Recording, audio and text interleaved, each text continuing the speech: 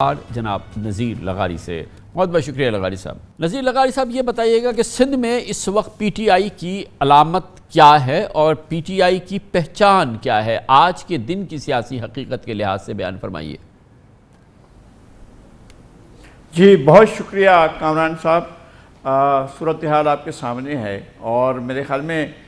کسی بھی دوسرے صحافی سے بہتر طور پر آپ بھی چیزوں سے واقف ہیں۔ اس وقت اگر پی ٹی آئی کے پاس کوئی ہے سندھ کی حد تک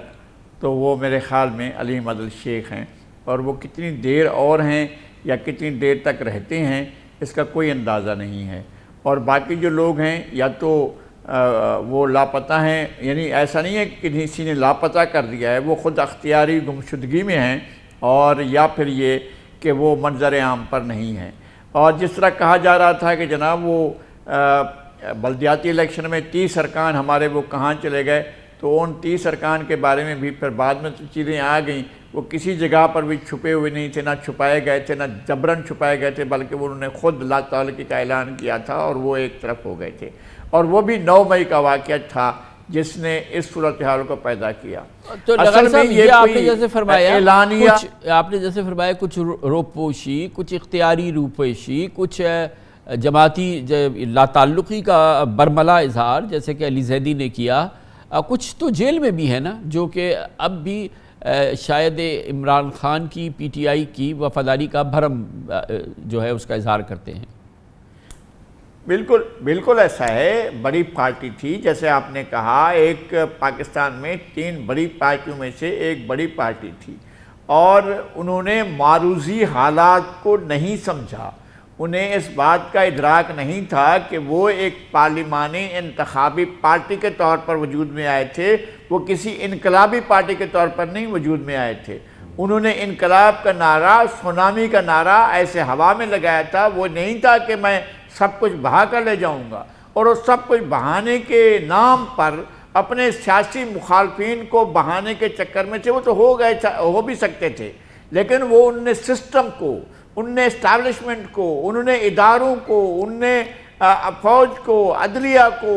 اور پارلیمنٹ کے تمام ایوانوں کو سب کچھ بہا کر لے جانے کے لیے اور ایک انقلاب کے لیے، تو پاکستان میں انقلاب کی معروضی حالت تو موجود نہیں ہے۔ تو لغاری صاحب اب یہ بتائیں کہ آج کی جو گراؤنڈ کی معروضی صورتحال، زمینی صورتحال، اب الیکشن ہوگا مثال کے طور پہ، اگر اگلے 3-4 مہینے میں الیکشن ہوتا ہے تو کراچی کا ووٹ، حیدرآباد کا ووٹ جو 2018 کے الیکشن میں پی ٹی آئی کے حصے میں آیا تھا، جو ایک کثیر تعداد میں قومی اسمبلی کے ممبران، صوبائی اسمبلی کے ممبران، یہ بہت بڑی سیاسی قوت تھی، وہ میدان اب کس کے ہاتھ آئے گا؟ پی ٹی آئی کے ہاتھ میں کیا آئے گا؟ پی ٹی آئی کے ہاتھ میں نہیں آئے گا تو کراچی اور سندھ کے شہری علاقوں کی جو سیاست ہے اس کا ووٹ کس کے ہاتھ میں آئے گا؟ یہ اپ ان دا گریب ہے کہ اب کون اس کو پکڑے گا؟ میرے خیال میں ہمیں اس صورتحال کو 1970 کے الیکشن سے سمجھنا چاہیے۔ 1970 کے الیکشن میں اگر معراج محمد خان اور ڈاکٹر شمیم زین الدین الگ نہ ہو جاتے اور الیکشن لڑنے سے انکار نہ کرتے تو پیپلز پارٹی کے پاس 7 میں سے 5 سیٹیں قومی اسمبلی کی آ رہی تھیں، گنی ہوئی تھیں، لیکن وہ نہیں آ پائے، اور انہوں نے الیکشن کا عین موقع پر چھوڑ دیا۔ 2 سیٹیں جماعت اسلامی کے لیے، صوبائی اسمبلی کے الیکشن میں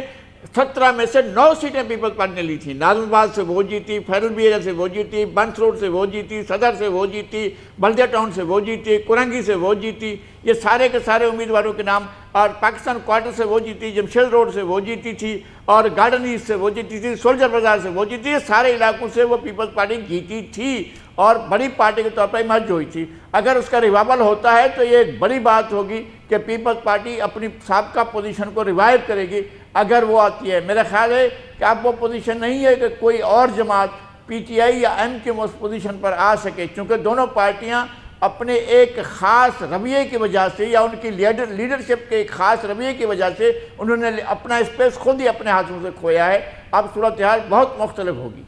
بڑی نوازش، بہت بہت شکریہ جناب نذیر لغاری ہمارے ساتھ تھے۔ سندھ کا کیا حال ہوگا، سندھ کے شہری علاقوں میں خاص طور پہ پی ٹی آئی تو اب نہ رہی، اور اب کون آئے گا، اس کی جگہ کون لے گا، اس ویکیوم کو کون پورا کرے گا؟ اس میں ایک عام خیال یہ ہے، نذیر لغاری صاحب اس میں شامل ہیں کہ شاید پیپلز پارٹی کو یہ موقع ملا ہے